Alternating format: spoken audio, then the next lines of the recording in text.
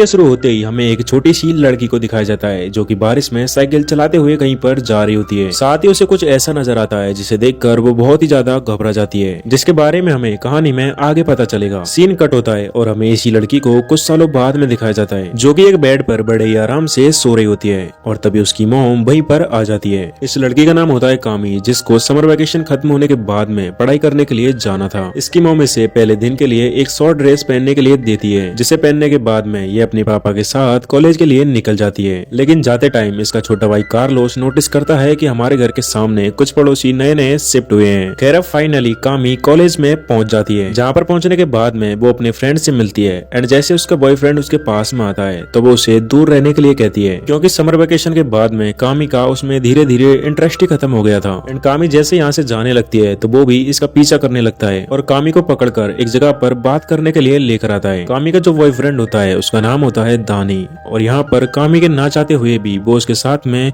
वो सब करने की कोशिश कर रहा था। तभी यहाँ पर एक लड़का आता है और वो दानी को रोक देता है। दानी नोटिस करता है कि इस लड़के के हाथ पर वही निशान बना हुआ है जो कि कामी के हाथ पर बना हुआ था। कामी गुस्सा हो जाती है और यहाँ से चली जाती है। अब इनके बीच में क्या रिलेशन था वो हमें धीरे धीरे पता चली जाएगा। कामी जो कि वहाँ से आने के बाद में लड़कियों के साथ अपनी प्रैक्टिस कर रही होती है। तभी कामी की नजर उसी लड़के पर जाती है जो कि वहाँ पर मिला था। ये दोनों एक दूसरे को पहले से जानते थे और इस लड़के का नाम होता है टाइलर, जो कि दिखने में काफी स्मार्ट और काफी हैंडसम होता है। और तभी यहाँ पर बास्केटबॉल टीम के नए कोच असिस्टेंट को बुलाया जाता है, जो कि एक्चुअल में टाइलर का बड़ा भाई था। ये दोनों इतने हैंडसम थे कि सारी लड़कियों की नजर इन पर ही रहती थी। थियांगो टाइलर का बड़ा भाई होता है एंड जैसे वो कामी को देखता है तो उसकी तरफ बहुत ही गुस्से भरी नजरों से देख रहा होता है। तभी हमें इसके पीछे का फ्लैशबैक दिखाया जाता है। ये सीन होता है बचपन का, जब ये तीनों एक दूसरे के बहुत ही अच्छे फ्रेंड थे। एक दिन ये तीनों बोट लेकर अपनी सीक्रेट जगह पर जाते हैं, जहाँ पर पहुंचने के बाद में थियागो ये डिसाइड करता है कि हमें अपनी दोस्ती को जिंदगी भर बनाए रखना है, और वो ऐसा करने के लिए एक लोहे की छड़ी को लेता है और उसे गर्म करके अपने हाथ पर लगा लेता है। होने को तो इनको काफी ज्यादा दर्द होता है, लेकिन ये तीनों मिलकर अपने हाथ पर ये निशान बना लेते हैं। कहानी फिर से प्रेजेंट टाइम आती है, जहाँ पर कामी को अपना फोन नहीं मिल रहा था, क्योंकि वो अपना फोन प्रैक्टिस के दौरान बेंच पर ही भूल गई थी, जो कि थियागो को मिल चुका था।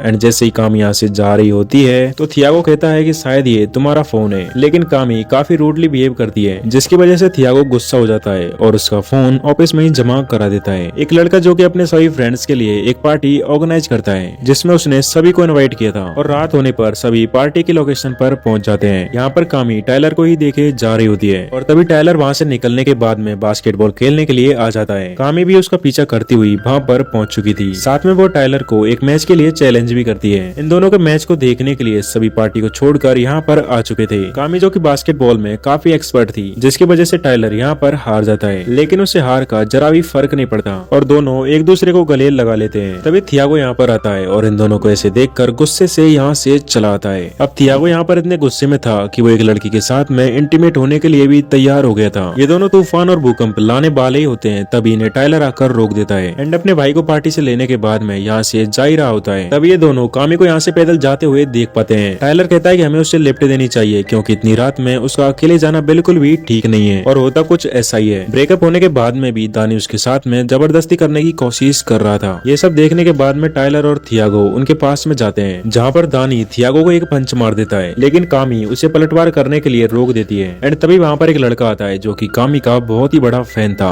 और उसे सोशल मीडिया पर फॉलो भी करता था, जो कि बिना कुछ सोचे समझे दानी को मारने लगता है। खैर तभी यहाँ पर एक टैक्सी आती है और कामी उसमें बैठकर अपने घर पर चली जाती है। अगला दिन होने पर कामी और टाइलर दोनों पास पास में बैठते हैं, और तभी टाइलर बताता है कि तुम्हें टाइम मिले तो मेरी मॉम से मिलने के लिए आ जाना। तो कामी ऐसा ही करती है एंड जैसे टाइलर की मॉम उसे देखती है तो बहुत ही खुश होती है। और जो पहले सीन में जो लोग यहाँ पर शिफ्ट हो रहे थे वो थियागो, टाइलर और उसकी मॉम ही थी, लेकिन पास्ट में कुछ ऐसा हुआ था जिसकी वजह से इनको यहाँ से जाना पड़ा था। खैर अब कामी बातचीत करने के बाद में टाइलर के रूम में पहुंच जाती है, और वैसे भी इनकी क्लास में काम वासना का टॉपिक चल रहा था, जिसको लेकर ये दोनों अपनी अलग अलग थ्योरी दे रहे थे। टाइलर कहता है क्या कभी तुमने इसको प्रैक्टिकल किया है? तो कामी कहती है कि नहीं, मैं ये सब अकेले ही करती आई हूँ। इन दोनों के बीच में अडल्ट कैटेगरी की काफी बातें चल रही होती है और ये दोनों एक दूसरे के काफी क्लोज भी हो जाते हैं। लेकिन इससे पहले कि इनके बीच में कुछ हो पाता तभी यहाँ पर थियागो आ जाता है। थियागो को ऐसे देखने के बाद में कामी को यहाँ से जाना पड़ता है, और थियागो टाइलर के ऊपर काफी गुस्सा होता है कि उसको हमारे घर में क्यों आने दिया। अगला दिन होता है और टाइलर अपने घर के बाहर एक छोटे से बच्चे को देख पाता है। तो उस बच्चे को देखने के बाद में थियागो और उसकी मॉम भी वहीं पर आ जाती है। ये जो बच्चा था वो कामी का भाई था। थियागो जो कि काफी रूडली बिहेव करता है, वो इस बच्चे को लेकर कामी के घर पर छोड़ने के के लिए जाता है। कामी जैसे ही दरवाजा खोलती है तो वहाँ पर थियागो होता है। कामी कहती है कि उस सबको हुए पूरे 8 साल हो चुके हैं, क्या तुम्हें अब भी लगता है कि वो सब मेरी गलती की वजह से हुआ था? लेकिन थियागो कुछ भी मानने के लिए तैयार नहीं था और यहाँ से चला जाता है। इसके बाद सीन शिफ्ट होता है और हमें कामी और टाइलर को दिखाया जाता है जो कि पास में बैठकर काम वासना की डिजिटल क्लास देख रहे होते हैं। और उस सब को देखने के बाद में दोनों के अंदर कुछ कुछ होने लगता है। टाइलर कहता है कि ऐसी कौन सी चीजें हैं जिन्हें करने के बाद में तुम्हें अपने अंदर करंट फील होता है। तो कामी कहती है कि क्लोजअप करने से और छूने से बहुत कुछ। इस मौके का फायदा उठाकर टाइलर उसके साथ में वही चीजें करने लग जाता है और उसकी वजह से ये दोनों क्लास में पीछे एक दूसरे के काफी क्लोज हो जाते हैं। कामी को अलग ही फील हो रहा था और तभी इनको ये सब करते हुए थियागो देख लेता है। इसके बाद में हमें पास्ट का सीन दिखाया जाता है जहाँ पर कामी एक हिरण को देखने के बाद में थियागो के साथ में उसका पीछा करने लगती है और ये दोनों उसका पीछा करते करते एक ऐसी जगह पर पहुंच जाते हैं जहाँ पर उनके डैड की कार खड़ी थी। ये दोनों छुपकर देखने लगते हैं और उनकी कार जोर जोर से हिल रही थी। हिलने के पीछे का रीजन कुछ और ही होता है एंड जैसे ही उस कार के पास में जाते हैं तो इन्हें कुछ ऐसा देखने को मिलता है जो कि एकदम अनएक्सपेक्टेड था। एक्चुअल में ये कार ऑटोमेटिक नहीं हिल रही थी, इसके अंदर होते हैं थियागो के डैड और कामी की मॉम। इतना सब जानने के बाद में आप समझ ही चुके होंगे कि इसके अंदर क्या चल रहा था। खैर ये सब जानने के बाद में थियागो कामी के साथ में बोट लेकर यहाँ से निकल जाता है एंड वो बीच रास्ते में पहुंचने के बाद में रोने भी लगता है कि आखिर वो ऐसा कैसे कर सकते हैं। अब थियागो यहाँ पर ये डिसाइड करता है कि वो इसके बारे में किसी को भी नहीं बताएंगे और साथ ही वो कामी से प्रॉमिस भी करवाता है कि वो किसी को भी नहीं बताएगी। तो कामी उससे प्रॉमिस भी कर लेती है। अगले दिन होता है थियागो और टाइलर की इकलौती बहन का बर्थडे जहाँ पर इन सबकी फैमिली काफी एंजॉय कर रही होती है। छोटे बच्चे रेस लगा रहे होते हैं जिसमें कामी अचानक से गिर जाती है तो उसके पापा उसे दवाई लगाने के लिए अंदर लेकर जाते हैं। लेकिन हमें फिर से प्रेजेंट टाइम का सीन दिखाया जाता है जहाँ पर सभी की छुट्टी हो जाने के बाद में थियागो कामी के पास में आता है और दरवाजा बंद करने के बाद में